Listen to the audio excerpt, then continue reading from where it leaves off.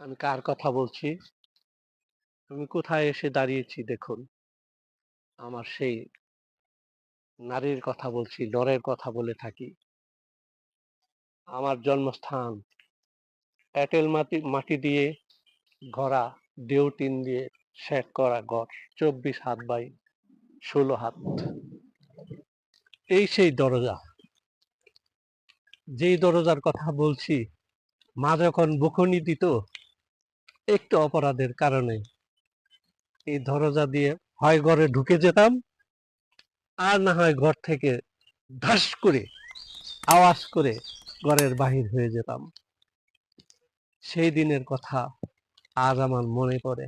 মা তো বেঁচে নেই, বাবাও তো বেঁচে নেই, আমার দাদিও তো বেঁচে নেই, কিন্তু এই গৃহটা এখন পর্যন্ত বেঁচে আছে।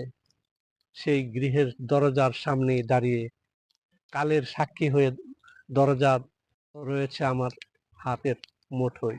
এই মুহূর্তে যেখানে যাই সেখানেই মনে পড়ে এই গৃহের কথা, এই মাতৃ জন্মস্থানের কথা। আমি আজকের এই সময়ে, বৈকালিক সময়ে, বৈশাখের সময়ে, পহেলা বৈশাখের দিনে আম গাছ উপরে দাঁড়ানো আছে এখনো কালের সাক্ষী হয়ে। এই সেই আম গাছ, দাদার হাতের লাগানো, বাবার হাতের লাগানো গাছ। সূর্যমুখী আম বলতাম, ফজলি আম বলতাম। আজকের এই সময়ে ফজলি আম, সূর্য আম রং কালার হয় নাই, তারপরও আম ধরে আছি। এই গাছের নিচেই আম কুড়াতাম জ্যৈষ্ঠ মাস, আষাঢ় মাস সময় আসলে। অনেক সময় বৈশাখী ঝড় তুফানের ভিতর দিয়েও আম কুড়াতাম। সেই আম আমার হাতের মুঠোয় এখনো কালের সাক্ষী। সেই আমগুলো কথা বলতে পারি না বলেই আমার বাপ-দাদার ভিটেই আম গাছের নিচে এসে দাঁড়িয়েছি। মনে পড়ে সেই আম গাছের কথা, মনে পড়ে আমার দাদা দাদির কথা। দাদা গাছের নিচে অন্য ভালো একটা সময়ে সূর্য যখন থাকতো, আকাশ যখন ভালো থাকতো, আম গাছের নিচে আম পাড়তে আসতাম। দাদা অনেক সময় দৌড়াইতো, দাদিও কুদিকাদা মারতো, তখন সরে যেতাম। কখন কোন সময় আম পারবো এই গাছ থেকে, সেই কথা, সেই দিনের কথা ভুলিনি। সেই কথা আমার মাথার উপরে আমের কুড়ি দেখা যাচ্ছে, গুটলে গুটলে আম, কিন্তু আমার দাদা নেই বেঁচে, আমার দাদিও আজ নেই বেঁচে, আমার মাও নেই বেঁচে, বাবাও নাই বেঁচে, কিন্তু সেই বাড়ি এখনো আছে দাঁড়িয়ে। এটি আমার গর্ব। এখানে সকাল সন্ধ্যায় কোনো ইলেকট্রিসিটি ছিল না, হারিকেনের বাতি, অনেক সময় কেরোসিনের অভাবে আমরা সলিতা দিয়ে বাতি জ্বালিয়েছি মুচির মধ্যে। জ্বালিয়ে এখানে আমার মা তড়িঘড়ি করে খাবার দিতেন। রাত হয়ে যাচ্ছে, বাতি নাই ঘরে, সেই ঘরেই তাড়াহুড়া করে খেয়ে নিতাম এবং হুমড়ি খেয়ে খড়কুটার বিছানায় পড়ে যেতাম। সেই ঘরের কথাই আমি বলছি।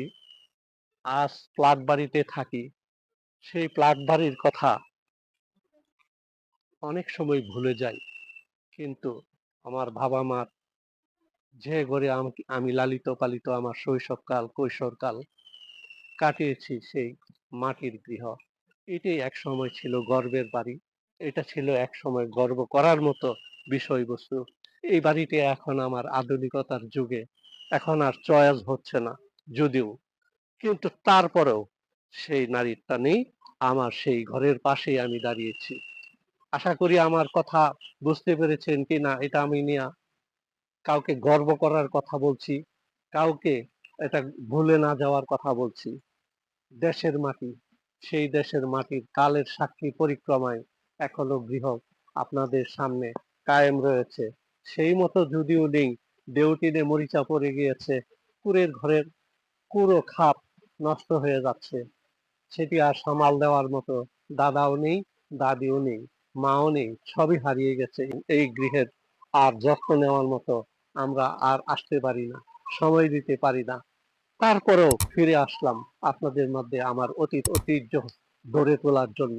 আশা করি আপনাদেরও এমন হয়তোবা আছে।